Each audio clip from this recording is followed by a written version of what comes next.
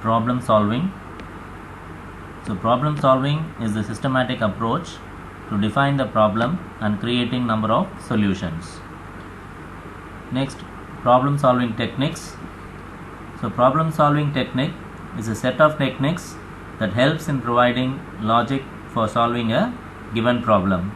So various problem solving techniques are algorithm, flowchart, pseudocode and programs.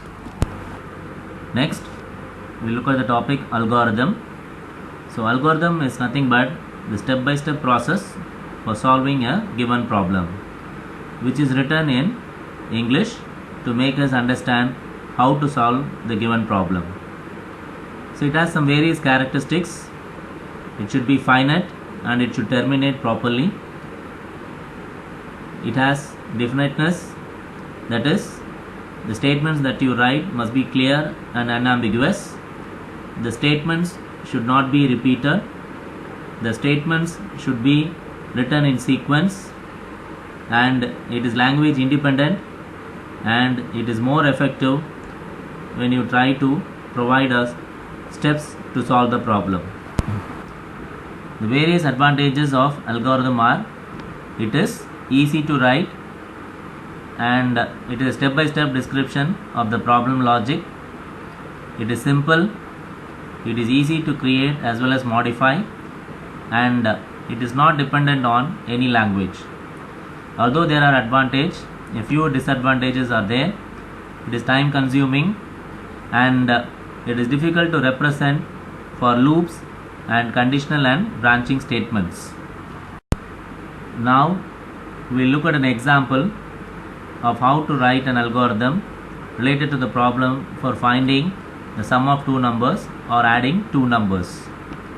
So initially, when you start an algorithm, the first step is always a start statement, and similarly the last step in the algorithm is a stop statement. So coming to the second step, we need to identify what are the values required based on the problem given to you. So here we need to find the sum of two numbers or add two numbers. So the input required is two values. So I give the second step as input the values of A and B.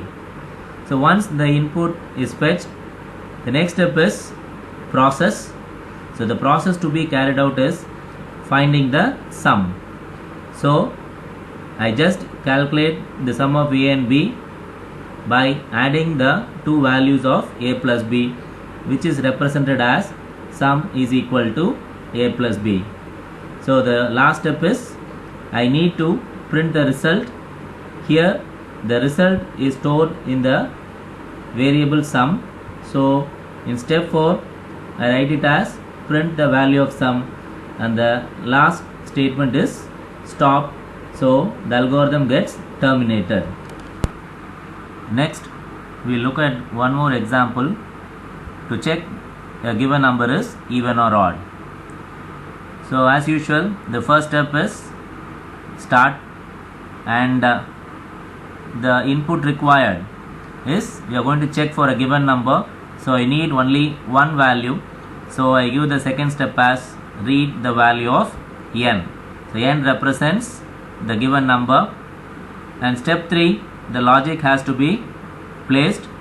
So to find whether a number is even or odd, the logic is I am using the modulus operator. So the percentage is nothing but a modulus operator. So the use of modulus operator is it will extract the remainder. So the value of n percentage 2 is equal to 0. That means the number will be a even number. If not, it is going to be a odd number. So based on the logic, the step 3 is written as if n percentage 2 is equal to 0, then I will print it as it is an even number, else print it is an odd number, and finally the stop statement.